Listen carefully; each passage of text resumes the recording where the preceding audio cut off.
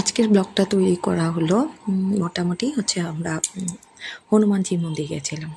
তো আপনাদেরকে লোকেশনটা বলে দিই, সেটা হচ্ছে তোমার বাঘাযতীনের আর হচ্ছে পল্লীশ্রীর যে রাস্তাটা আছে, 3 রাস্তার মোড়, ওখানটা মিডলটার মধ্যেই লালকা। আর এই রাস্তাটা দিয়ে সোজা ঢুকে যাবে, একটু সামনেই মোড়টাতে দেখলেই দেখা যায় মন্দিরটা। ঠিক আছে, খুবই জাগ্রত মন্দির। তো আমরা প্রতিটা মঙ্গলবার চেষ্টা করি যাওয়ার।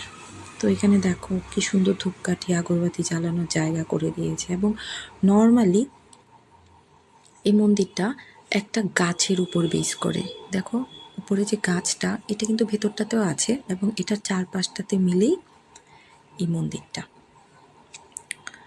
সো এখানে হাজার হাজার মানুষ আসে, সব সময় আসে। আর নর্মালি মঙ্গলবার দিনটাতে তো অনেকটা ভিড় থাকে।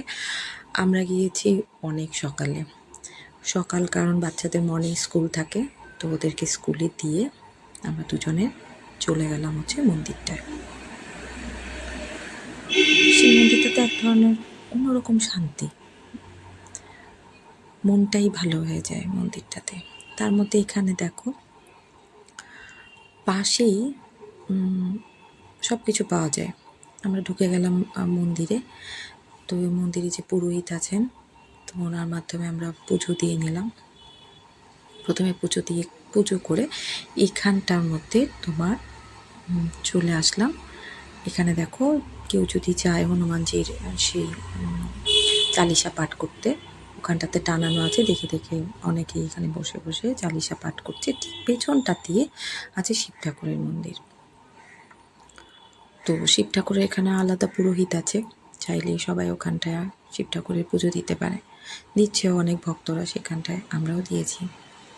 পুজো দিয়ে নর্মালি আমরা মন্দিরে প্রদক্ষিণের কোথাও কোথাও ব্যবস্থা থাকে, কোথাও থাকে না, বাট এখানটায় প্রদক্ষিণের ব্যবস্থা আছে। আমরা যখনই আসি অবশ্যই প্রদক্ষিণ করার চেষ্টা করি। তো সিস্টেমটা খুবই সুন্দর দেখো। আর এইখানে চাইলেই তুমি ঠাকুরের জন্য সব কিছু পাবে, ওটার জন্য কোথাও তোমার দূরে যেতে হবে না। পাশেই একটা দোকান আছে খুবই রিজনেবল প্রাইসের মধ্যে, ঠাকুরের যাবতীয় সব কিছু, মালা হতে আরম্ভ করে চামেলির তেল, সব ধরনের মালা, লাড্ডু, মোমবাতি, আগরবাতি, দীপ, তোমার নারকেল, কলা, যতটা জিনিসই আছে, সিঁদুর সহ ঠাকুরের পছন্দের সব কিছুই পাওয়া যায়। তো তোমরা চাইলে অবশ্যই ভিজিট করে যাবে। ভালো থেকো।